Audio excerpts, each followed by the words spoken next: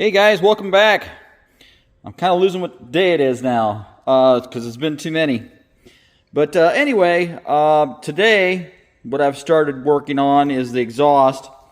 I put this like Y pipe in here just a few minutes ago. We got two connections over here, two in the front. I've kind of got it loose because I want to fit all this stuff up, really make sure everything fits really good before I start tightening everything down. Because you don't want to tighten one thing and then have to loosen it. So I figured try to put everything together, make sure it fits nice and good, and then we'll torque everything up. So put that Y pipe in. I put this valve in. There's a bolt here, one on the bottom.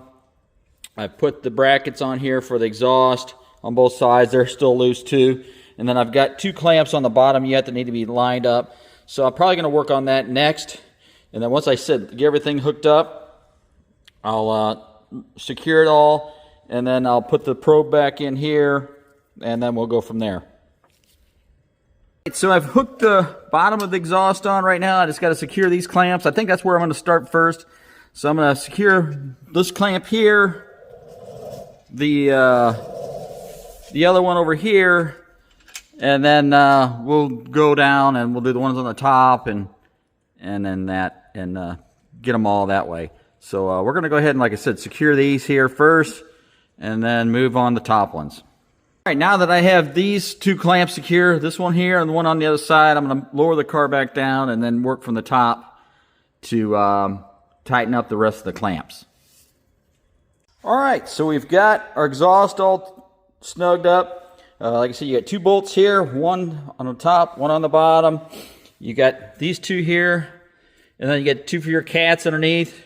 Same over here, you got two upper ones here, two for the cats underneath.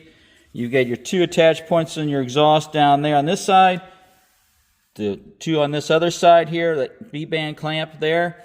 And then you've got your attach points here, two here, two here. It depends on how you take this off. There are several ways you can take this off, but we took it off right here. You could actually take the whole shock mount off, so it all depends on how you took this off.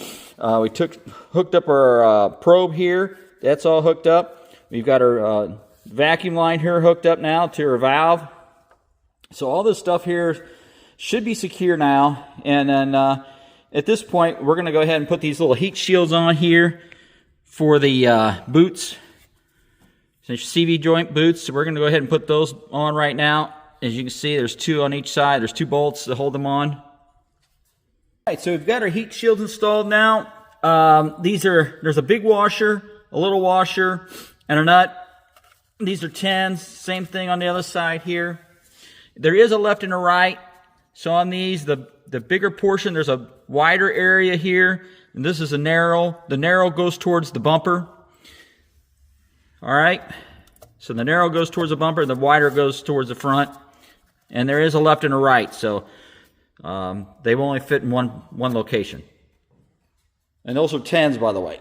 All right, so now that I've got the exhaust in place, I'm going to go ahead and put some of these heat shields on. There's one here that fits in this area right here. It's got two bolts right there. I'm going to place that right there. It actually attaches to the bumper when you install the bumper, but the top portion attaches to the frame here.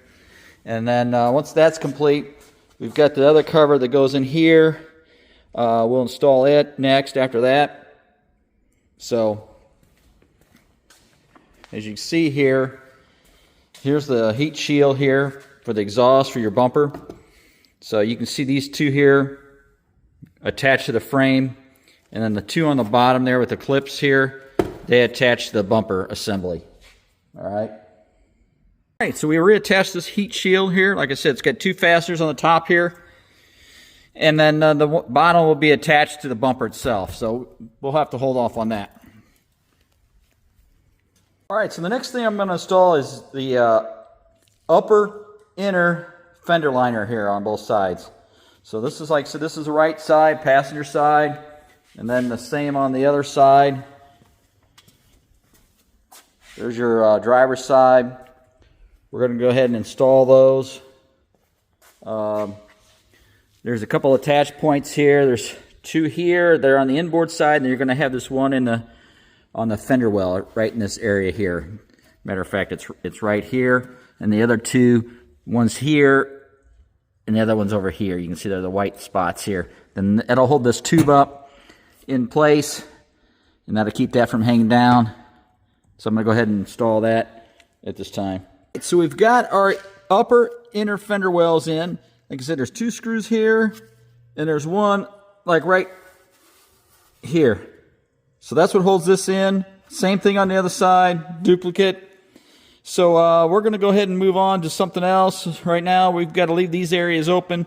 Like I said, we got to put the back bumper on, leave this open for that, and then we've got to bleed some stuff, brakes and that, and we may have to leave this area open also.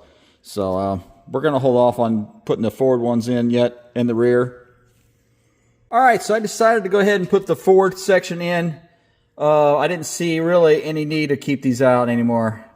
So just a note here, if you've got the original hardware, these are larger here, these 2 here, and the rest are smaller screws. So you'll have the 2 larger screws there, a smaller screw here, here, here, one in there, and that's what holds that in there. Same on the other side. We put the other side in also. I know a lot of people ask me, hey, this thing's dirty. Or why didn't you clean it before you installed it? Well, yeah, it takes time.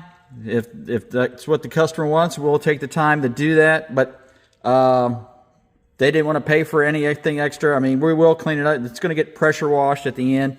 So it will get cleaned up somewhat. I had questions on why I didn't clean the motor a little bit better. Well, we did clean the motor the best we could, but we didn't want to pressure wash any of that, especially with all the open ports. That's the last thing you want to do, is introduce water into an area and then not catch it, and then you've done some damage further. A lot of people go ahead and pressure wash that stuff, and they're actually doing damage and they don't realize it, because water is getting in areas that they don't realize, and it's mixing with oil or whatever, and then further down the road they may not know it at that time, but it may cause some damage. So we're going to wait to do the cleaning afterwards. We'll do a pressure wash afterwards when most of the ports and everything are closed, and we can cover things as needed. So that's why we're kind of not going crazy on washing this or cleaning it. We've kind of moved on to something else right now. This car has had a leak here in the back on the transaxle. So what we're draining right now is the transaxle fluid. We did remove the plug there, and like I said, it's almost drained, as you can see. But you can see these 3 panels here. There's 1, 2, 3. We're going to change the seals on those because we believe they're leaking. So we did get parts from Ferrparts. So if you need Ferrari, Maserati, Lamborghini parts, give them a call. So we're going to go ahead and replace those.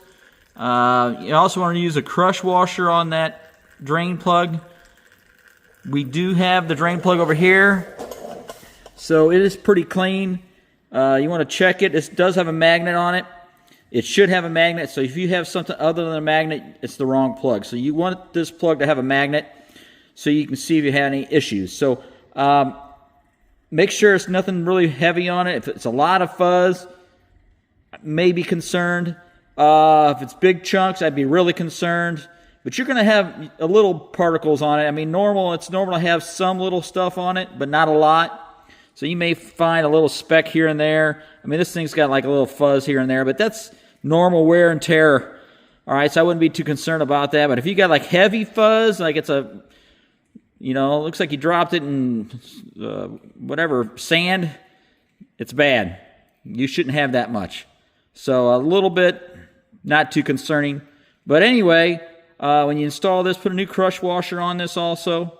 The crush washer is still stuck on the car right now. I'm not going to grab it until it's completely drained.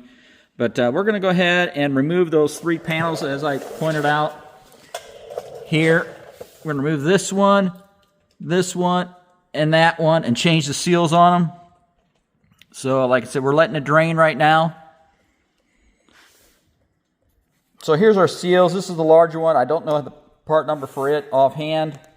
And then here's the 2 smaller ones. That's the part number there, 0017719. You can read it there. There's 2 in here. These came from Ferrparts, so if you got any parts needs, like I said, give them a call.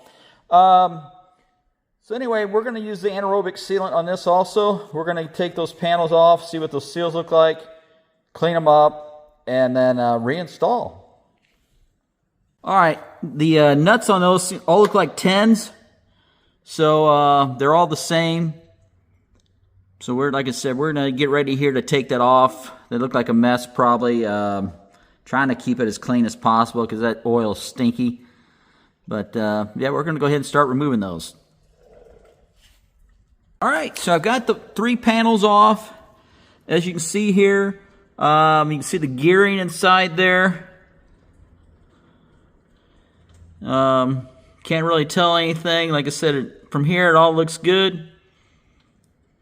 So just want to make sure those surfaces are clean and there's no old gasket material or anything on there. And then you want to clean them before you put the new gaskets up there, because if the surface is dirty or contaminated, the new seal is not going to do any better than the old seal. So we'll probably wipe those surfaces back down because it's still kind of dripping there before we reinstall the new gaskets and that. So we'll go over there on the table and see what the panels and gaskets look like.